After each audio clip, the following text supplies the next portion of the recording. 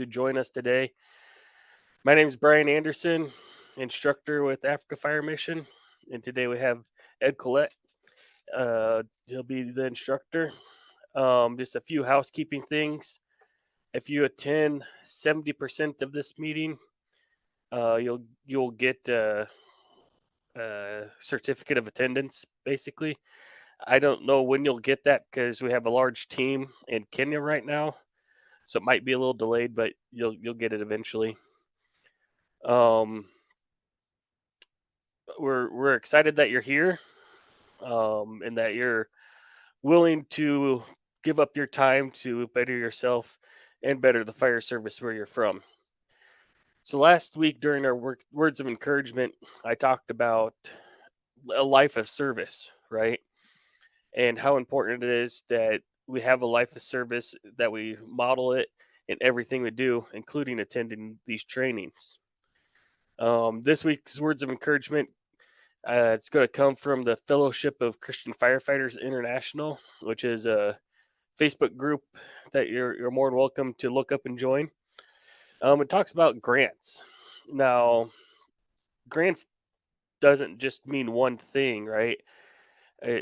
We think of grants and we think of like the federal government giving us money to buy equipment or something like that. But we'll read this and just remember it can be any sort of funding coming in. The point of it is to advocate for what your needs are. So for the encouragement of the day comes from James 1:6. But when you ask, you must believe and not doubt, because the one who doubts is like a wave in the sea, blown and tossed around by the wind. So fire department grants have increased over the years and have been available, at least in the United States. Now there's a wide variety of money available for all types of projects, both private grants and federally funded, for us to take advantage of. But you must put the work into it to receive that money and to utilize the funds for a specific project. A local fire department, Craig Duck wrote this and said a local fire department was penalized for placing the funds in their general account and spending the money on a project that they did not apply for. So you must be meticulous about filling out the paperwork and doing the follow through. And it goes on to remind us in the Bible that, like it says, you might have doubts, and those doubts would limit you. Okay, so and they say those who have doubts will be blown around like waves in the sea and tossed in the wind. Just go ahead and apply for these grants. Advocate for yourself. Okay. Um, you are the knowledge expert in your field. You have to be the voice of your community when it comes to talking to your elected officials, talking to potential grants, and just advocate for yourself. And that's what we're here at Africa Fire Mission, to encourage you and to empower you to do that. So with the words of encouragement being done, Ed, I'll let you go ahead and get going. Okay, great. Thanks, Brian. Brian, one question. Is there going to be tea time this week? Yeah, there'll be a little bit afterwards that I'll stick around for. If you're busy, you don't have to, but I can stick around as well. So yep. Okay. Well, thanks, Brian. We'll see how hopefully everything shares well on my computer. I'm Ed Collet with Africa Fire Mission, and I've gone several trips to Africa to do some training. And today we're going to do kind of an interesting topic for most African fire departments, and that's vent enter search, which, let's see, PowerPoint slides. I'm figuring out how entire screen. Okay, share. There. So vent enter search is a search methodology that we use, and actually it's the culmination of many separate pieces. You know, we don't train specifically. We do some training on vent enter search, but we do a lot more training on the individual pieces of it.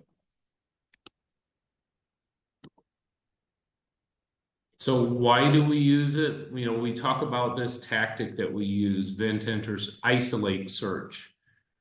We've been doing it for decades in the fire service, maybe just not under the same name, but it's speed. It's a faster way to search in many times, especially if we have a lot of people on scene trying to get through, let's say, one opening to go to the fire, one access point. It gives us another access point that we're going into.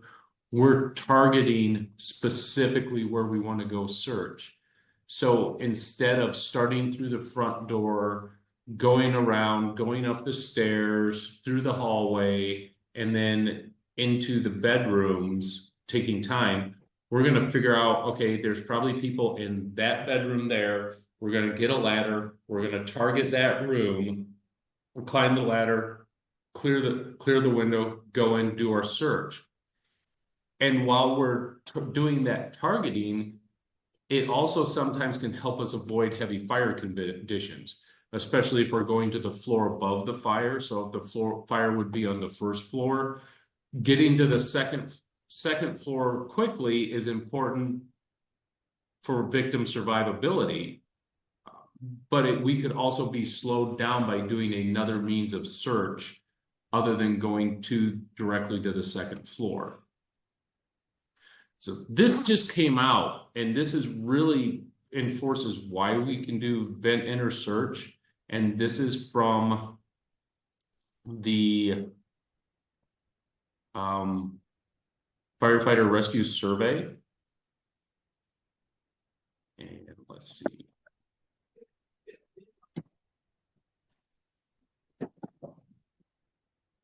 It's showing, you know, where the victims were. Were they behind a closed door? And 80% of those victims survived that were behind a closed door. And that, you know, that's very important to realize, you know, and when we do our community outreach, teaching that if you have the ability to sleep with the door closed to your bedroom, to close the door. But what really, of the victims that were saved out of their 4,000 samples, you know, most of them were not behind a closed door. Their survivability rate dropped by 20%. So that tells us most of the people are not in a sheltered position, and we need to be very quick and efficient in executing our rescues. So here's the type of survivability, the conditions that the victims were found in.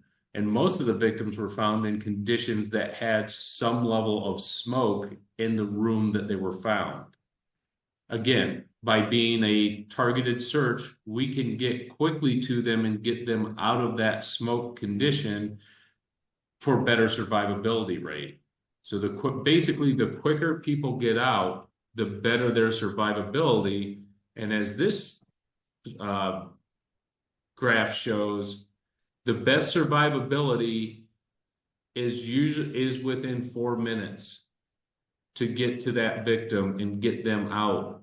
Now, that's not necessarily 4 minutes from when we get there. That's like 4 minutes from when the call came in.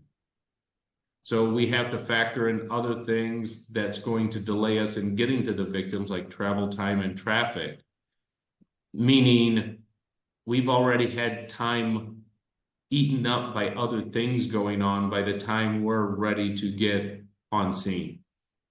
So that's why we have to be quick and efficient and use the best method possible to execute these searches, to give our victims the best chance of survival. We looked at VEIS as being targeted. Where were most of the victims found? Most of the victims were found in the bedroom. So that right in and of itself gives us an idea when we're targeting for search. We need to try to get to the bedrooms, especially at night. Look at time of day. That's going to be a big thing. In the middle of the day, yes, we'll search bedrooms because maybe people are napping, they work during the nights and they sleep during the day. But there's other places during the day we'd look, like family rooms, hallways. Because if you think about it, when your house catches on fire, humans are creatures of habit. We're going to leave the same way that we leave every day. So if I normally walk out the front door when I go to work, if my house catches on fire, I'm going to go towards the front door to leave. So we're checking the hallways, the foyers, those things during the day. But at night, most people will be found in the bedroom. So that's why, targeting that is probably our best bet to do. And where they found the initial room, this has been in a search. 80% of the victims were found in the first room that the search team went into, that room that they went to. That's where that targeting and going directly to the most logical place where your victims could be found has a big impact on victim survivability. So there's a bunch of components. I said VEIS isn't just a tactic of itself and a skill of and on itself. It's the combination of many skills that we need to be good at. We need to know the buildings in our response district. We need to understand flow path and fire dynamics. We need to know how to access buildings, and a lot of this would be with ladders. So we need to be proficient with our ladders. And then forcible entry, because we don't know what level of protection people have put on their windows. We need to be able to get into a window no matter how heavily fortified it would be. And then most critical, we need to know how to search. We must be very proficient in our searches and be able to not be proficient and not make mistakes and not miss things while we're doing our searches. So buildings, what type of buildings are in your area? What are the construction styles? Are they concrete? Are they wood? Are they brick? What may be the issues I will have for accessing them? Where might the people be? We talked about bedrooms. Where are the bedrooms and the types of houses in your community? Are they in the front of the house? Are they in the back of the house? If you go in the front door, are most of them to the left or most of them to the right? Getting that ideal of being able to target and go right to the victims, it's critical we know our buildings and how they're laid out in our area, and what are the challenges to entry. Do they have walls around the house that will delay us getting to the building itself? Bars on the window? And even things that we may not think of as challenging, do people stack a lot of stuff right under their windows? If we're going in a window and there's a lot of furniture there, that's going to be kind of something we need to plan for. And knowing our community and talking to our community, this is how we learn the type of buildings we're going to be into and being able to target it. And then we need to know what's going to be practical for doing VEIS. Normally people think of it as accessing through a window via ladder. How tall of ladders do you have on your apparatus? Do you have the ability to reach 3 stories, 2 stories? Do you have a ladder truck that allows you to reach even higher than that, maybe 4, 5, or 6? You need to know what type of limitation you might have with your equipment as far as the access goes. And we can also VEIS on the ground floor. It's not just something we do on 2nd and 3rd floors. We don't need a ladder to go through the 1st floor, but we may be even going through a 2nd door to do it. So for things like that, we need to know how what we bring to the scene, how that integrates into the overall tactics that we're doing and knowing how we're going into the building. Now, there's a lot of study on flow path, and we may think, well, we're vent inner searching. Why do we really need to know about flow path?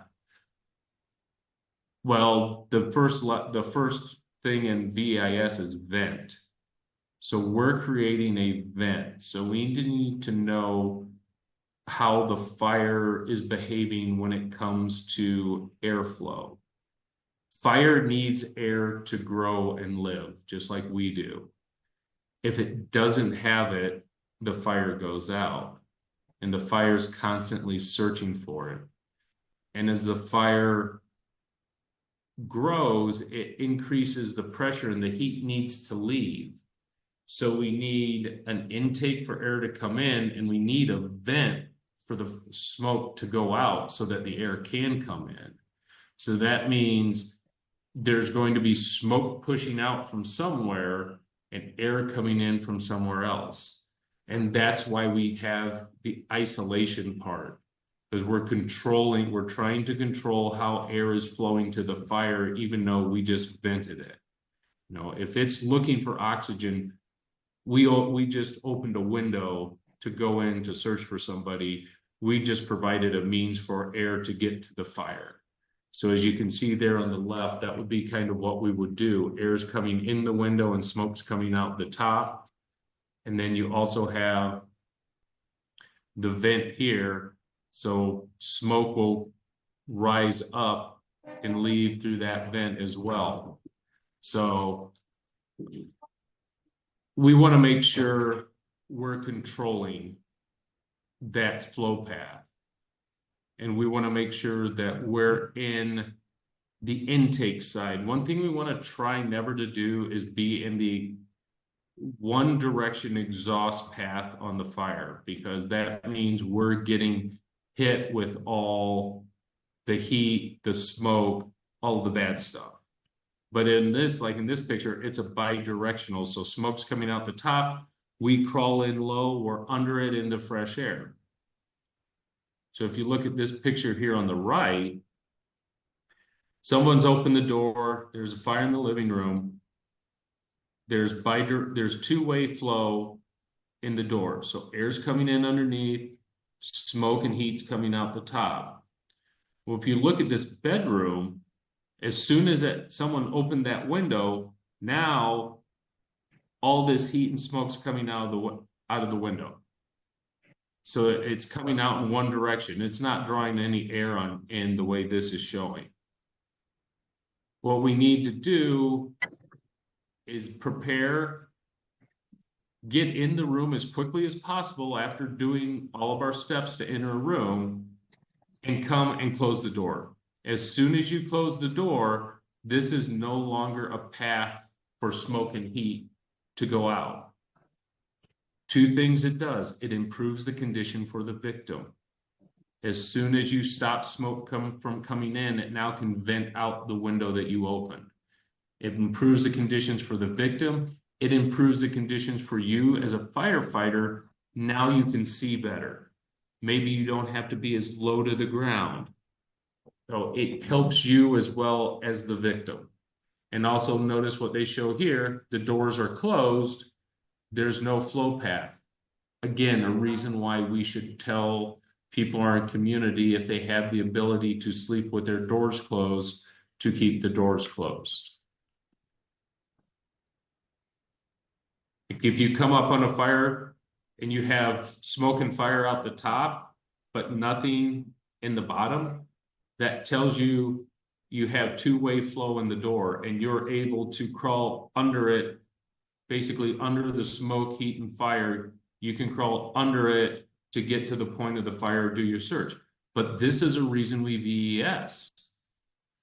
We don't have to necessarily go into this door to go in and do our search.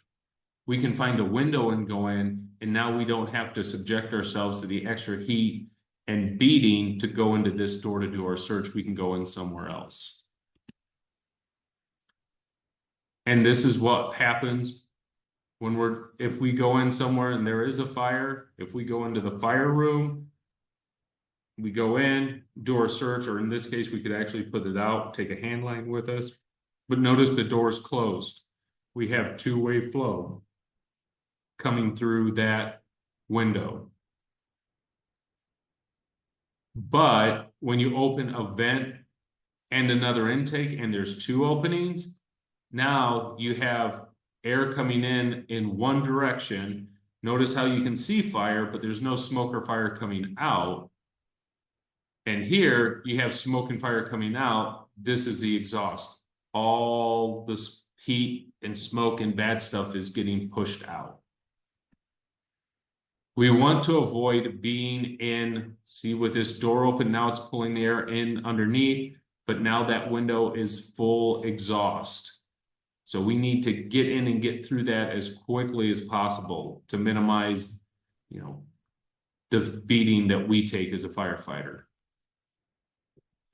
So we kind of understand that's some of the base knowledge we need to know coming into our VES. That's the mental knowledge we need to have. Our buildings and a little bit of flow path and fire dynamics.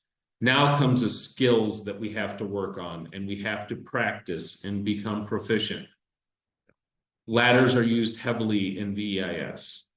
We need to know what ladders we have on our truck. We need to make sure we maintain them. And then we have to practice with them. We have to take that ladder out to the side of a building and throw it and be able to look at a target and put the ladder down. And just little things, especially with VEIS, if you have your ladder on your shoulder and you're going to that window, that's where you look. Because it may just be a split second that you see a victim's head before they're overcome by smoke and they drop down. And if you're looking at the ground or looking at other things, you may never see them. But if you keep locked on your target as you're going there, you see a victim for a little bit, okay, there's a victim. I've got to get someone to help. We're going to have work to do. And then practice on how to bring our victims down. Bringing a victim down off a ladder, we need to practice it. It's not something that's going to look pretty. And it's not something that's going to go very well if the first time you ever try this is when you're bringing down a live victim. So we need to be good for deployment. So know our ladders, how we're going to deploy it. You select the target, which is the window you're going in. Look for hazards, trees, wires. What can I get hung up on? What is going to change the way I raise my ladder? It may be a beam raise versus a flat raise. And then how am I going to raise and how am I going to carry my ladder to the target? High shoulder, low carry with two or three people. And then once we get there, how are we raising it? A lot of this depends on how many people you're going to have there. Multiple people, it's easier to raise a ladder. But can one person raise a ladder? Yes, one person can raise up to a 6-meter ladder. They should be able to raise. And then how do we proficiently and effectively climb the ladder? All of these things take practice. If you don't practice this when the time comes to actually do it, we will not perform to the highest level. So here's a couple videos I have that actually show different ways we can deploy our ladders.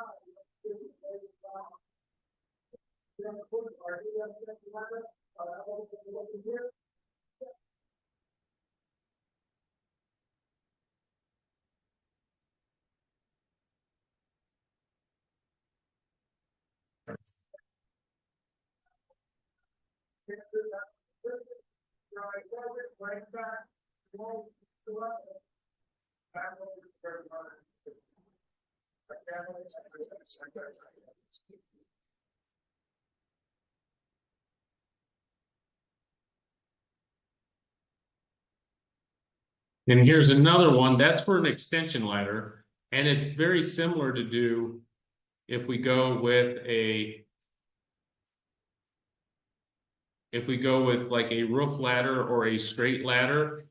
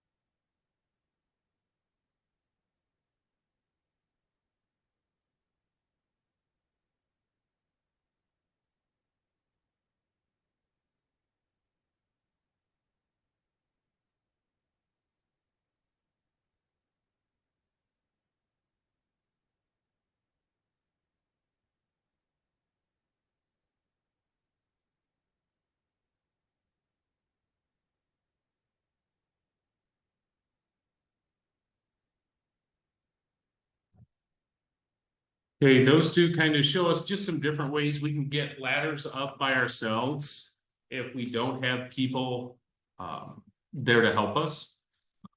But if we have multiple people, there's other ways that we need to practice using two or more people in order to use ladders effectively to get to our access point that we're going to use. And most likely this will be a window. And once we get there, notice the first video talked about carrying hand tools with us. We need to make sure we take some type of hand tool with us when we go to do VEIS. Either a Halligan, a axe, or a hook, something like that to be able to give us access. So as we go up and we climb our ladder, we see our access point, we go ahead and we clear out all the coverings of the window. And we want to make sure that if there's a bar in the middle of the window, we take that out as well with our tools to give us a full opening. Now, if you live in an area where they have bars or more secure windows, we may actually need to take a saw up with us to be able to cut the bars to enter in the windows. This means we need to, again, practice using a saw from a ladder so we're comfortable with it. And once we remove everything, we have a clear open window to go in. We can get ready to enter. The first thing we want to do after we've cleared the window, see if the smoke lifts. Give it a second. If there's smoke lifts up, okay, that's going to help us, give us a little more visibility getting into the room. It also tells us the door might be closed. So the first thing we're going to do is we're going to gently sweep the floor to make sure there's no victim in it.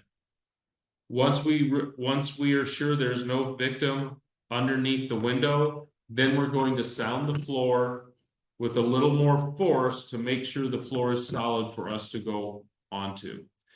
And then we're going to make entry. This is going to be a personal preference sometimes. Some people go in very low, they hook their arm and then go head first into the window. Some people will actually stay low and throw a leg on over the window to go in. That puts them a little higher and they might be in the smoke and the heat just a little more for that second. But it becomes a personal preference that what you're good at after you practice. And you have to think of what you're going to encounter as you go in, and that may help dictate how you go in the window, head first or feet first, low crawl, high crawl, because some people could put their bed under a window. So you need to know if you do head first into the window, you're going to encounter obstacles, how you're going to deal with that. The same way if you're stepping in off the ladder in through the window, how are you going to deal with a dresser being there or a nightstand being there? Rarely is it that we're going to get in and go right, hit the floor. But as we sweep and sound, we'll also know what's in our way as we're going to go in. As soon as you get in the room, the first thing we want to do then is get all the way down and look. Because if we get under the smoke, if there's smoke, and we look, we should get a good layout of the room. And specifically, we should be able to find the door. We want to get to the door and close it. This will isolate the flow path, meaning the fire won't be getting air from the window we just opened. And also there won't be smoke and heat venting coming at us to vent through the window that we just opened. Now, where's the door at? Most times the door is on the wall opposite the window. And you can also check this, like I just mentioned, when you go down and look and scan the room for victims, you can also scan the room to see where the door will be. Also, hence, if there's low smoke, you might be able to see some smoke coming in or hopefully not, but if there's even fire coming in, you can see where that's starting from. If you get to the wall across from the window and there's no door, then you're going to go, based on how the building's laid out, go to the search towards the next interior door, next interior wall, which is the most likely place that the door will be. So once we get to the door, before we close it, some people say, okay, we got to close the door. We got to close the door. They rush to the door and close it. And there's a victim right outside the door, but they never saw it. Remember, if people's leaving a bedroom, they're trying to escape the fire how they normally would, which would be I'm going to go out the hallway, down the steps, out the door.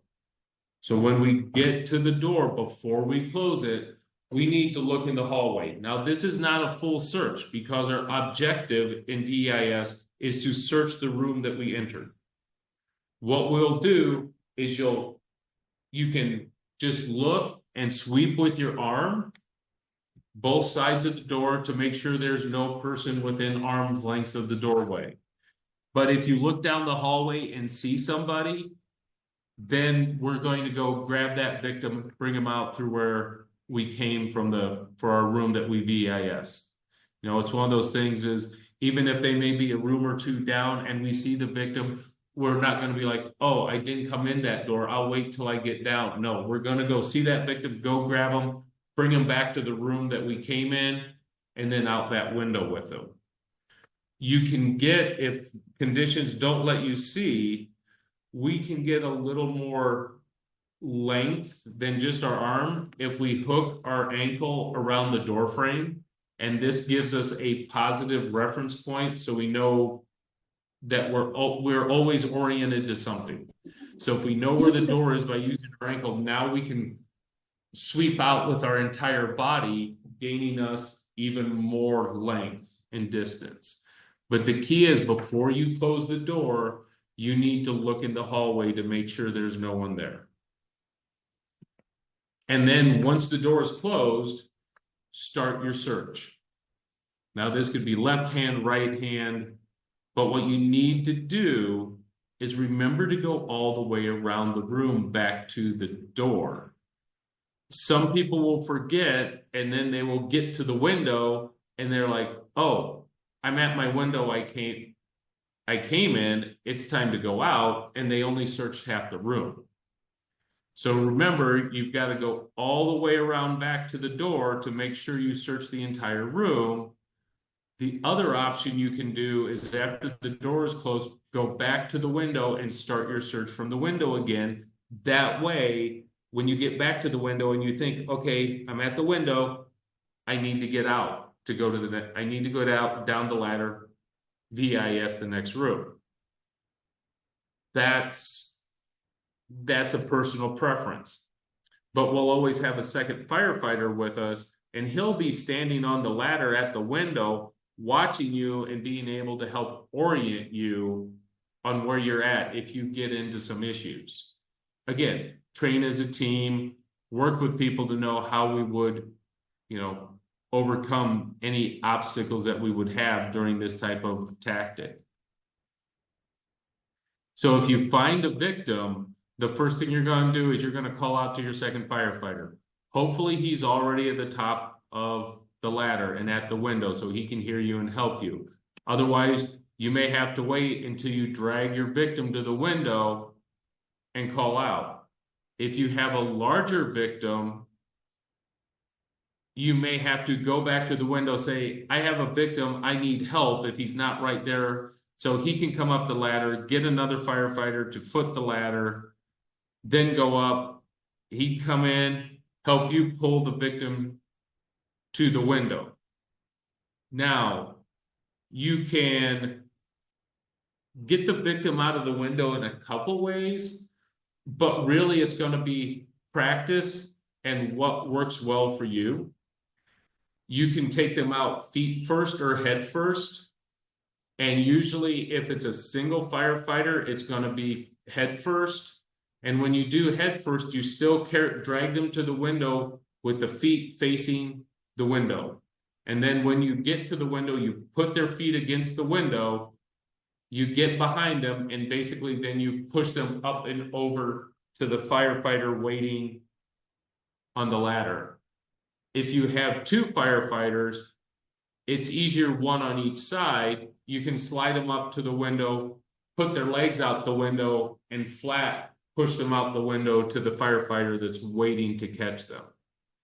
So again, that firefight, this is stuff we all need to practice. We talk about this in kind of a classroom setting about how we would do this, but we actually have to get out and do it. And this is something you can practice just on a first floor window.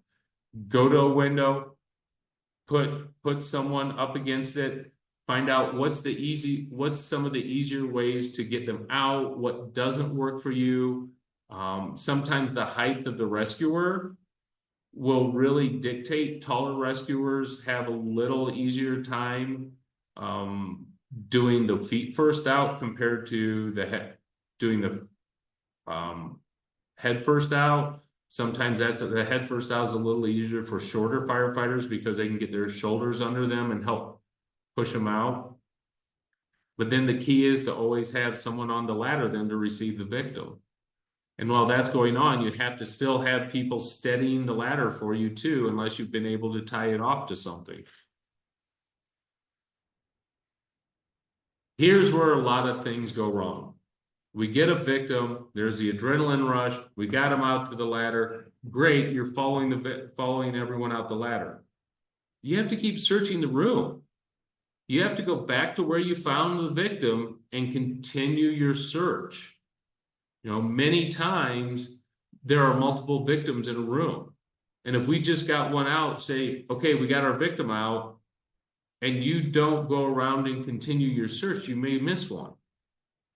You know, there's been multiple accounts of, you know, victims like parents on top of their children, you know, trying to shield them from the flames and the smoke when they rescue the parent, but they leave the child there because they didn't go back and look for it. So what you're going to do is you're going to go back to where you found the victim, continue your search back either to the window or the door, depends on where you started, and then you will exit. Once you get down to the bottom of the ladder, you can either be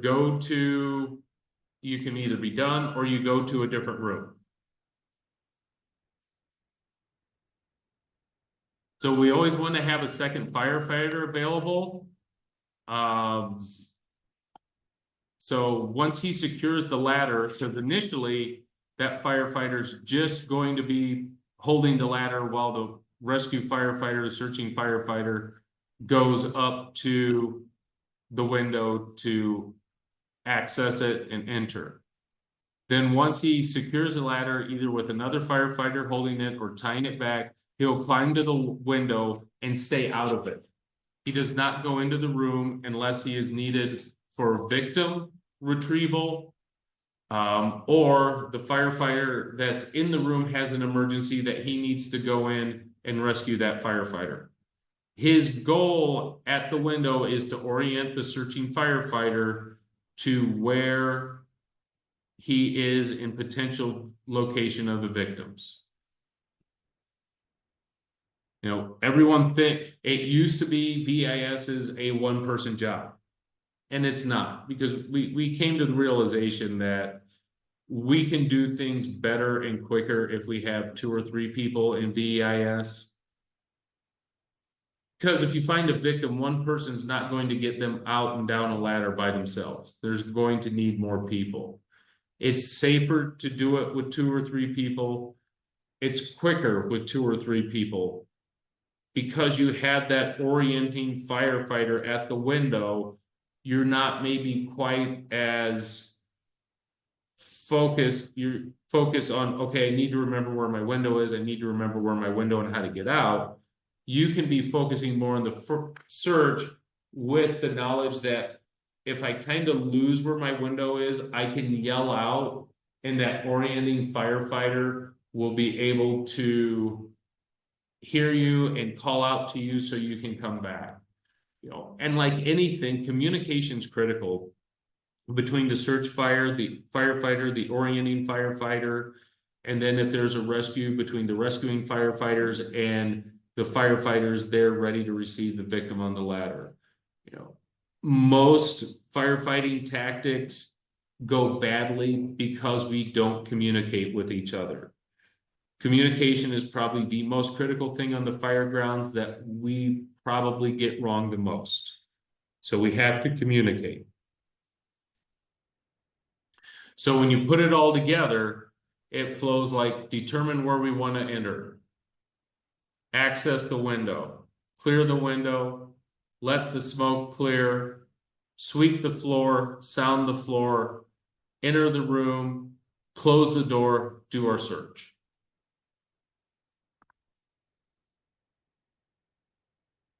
And then here's just a video that department put together that doesn't work on my, that did not work on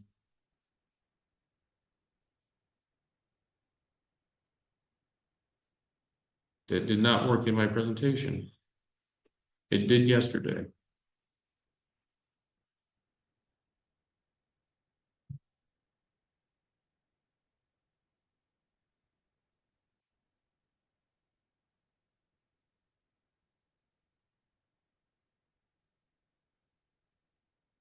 So what we'll do is we'll go back.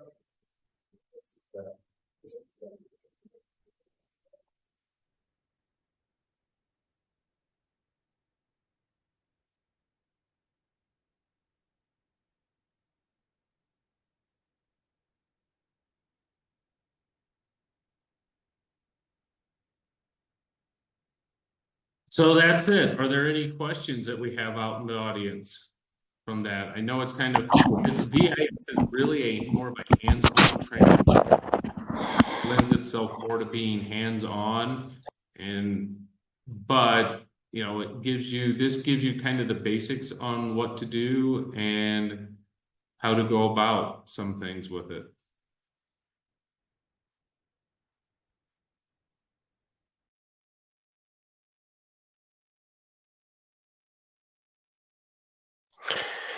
Another class that goes good with this is like fire related human behavior and how humans are going to react in emergencies, right?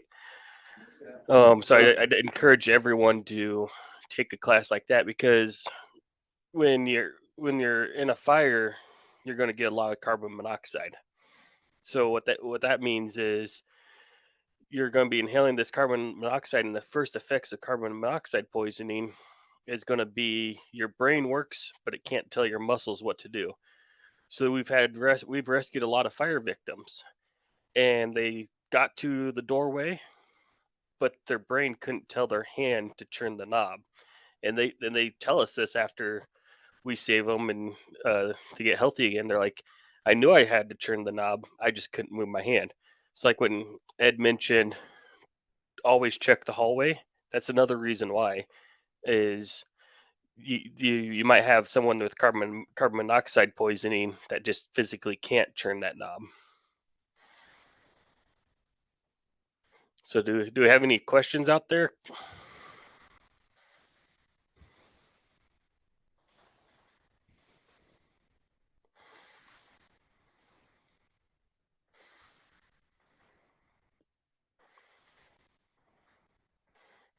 I haven't seen any come in on the chat.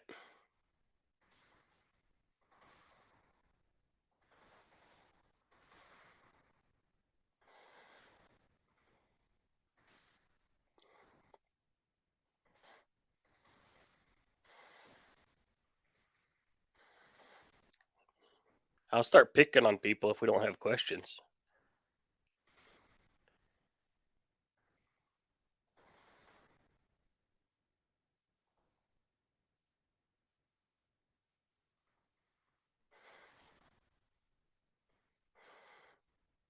All right, who was my guy from Congo? I had that guy the same one last week. I noticed. Anyone from Congo? What kind of questions do you have?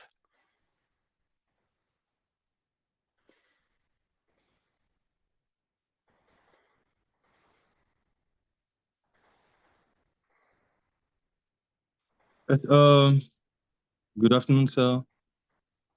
Good afternoon. Good to see you again.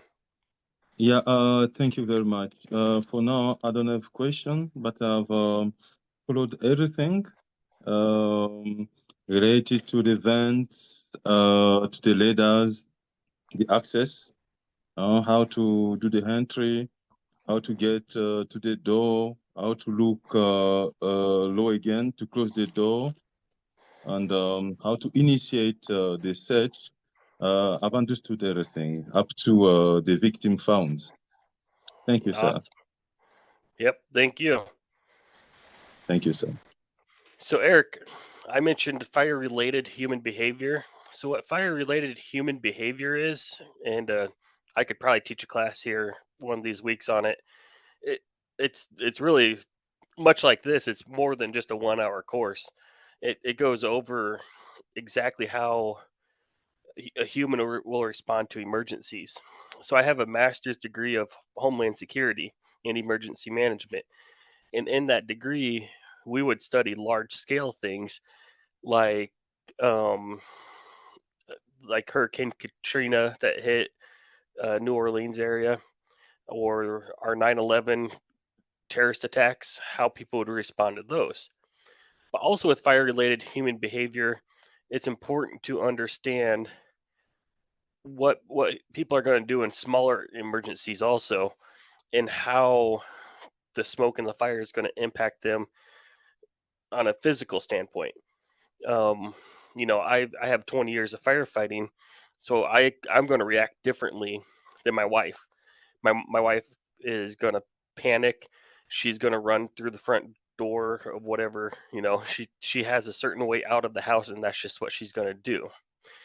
Um, there's a whole bunch of data online about fire related human behavior, and I can probably teach a class on it too. I have taught a class before, but it's been a while. So, but that's where fire codes and building codes come from. Um, when you go into a restaurant, at least here in North America, and I know it's a little different in Africa, but if you go to a restaurant here in the States, usually there's two doors going into the restaurant. The reason why there's two doors is because you have to discharge a large part of that occupant load through those doors.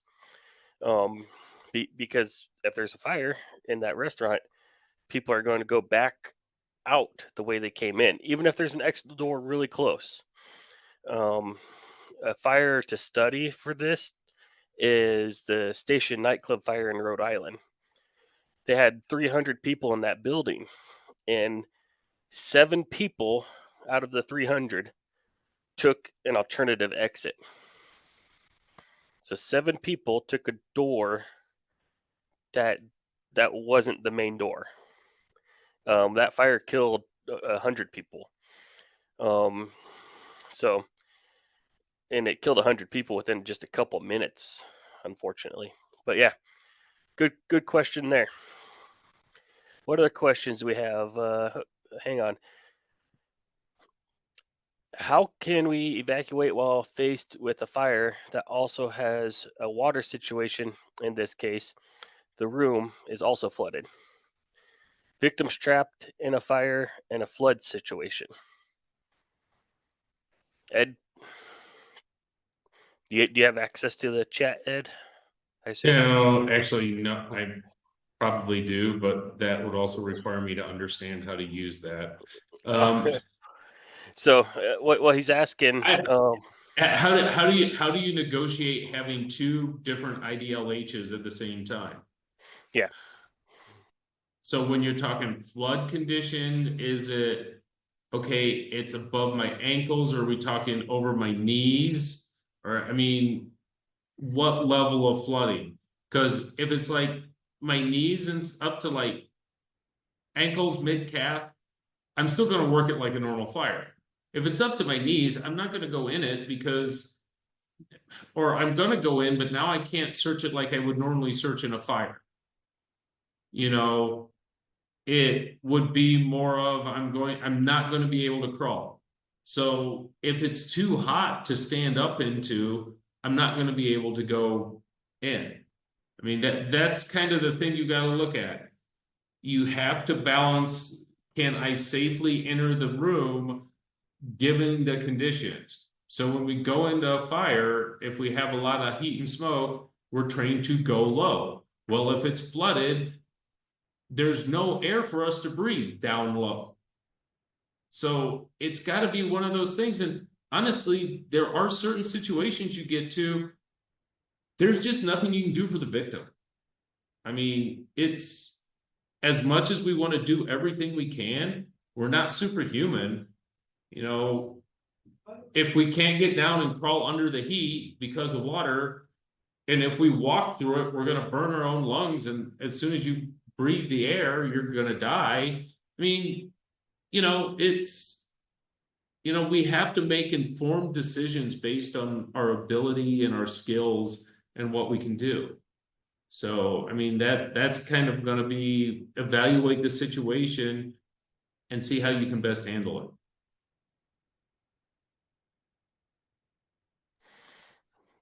Thank you. Any other questions?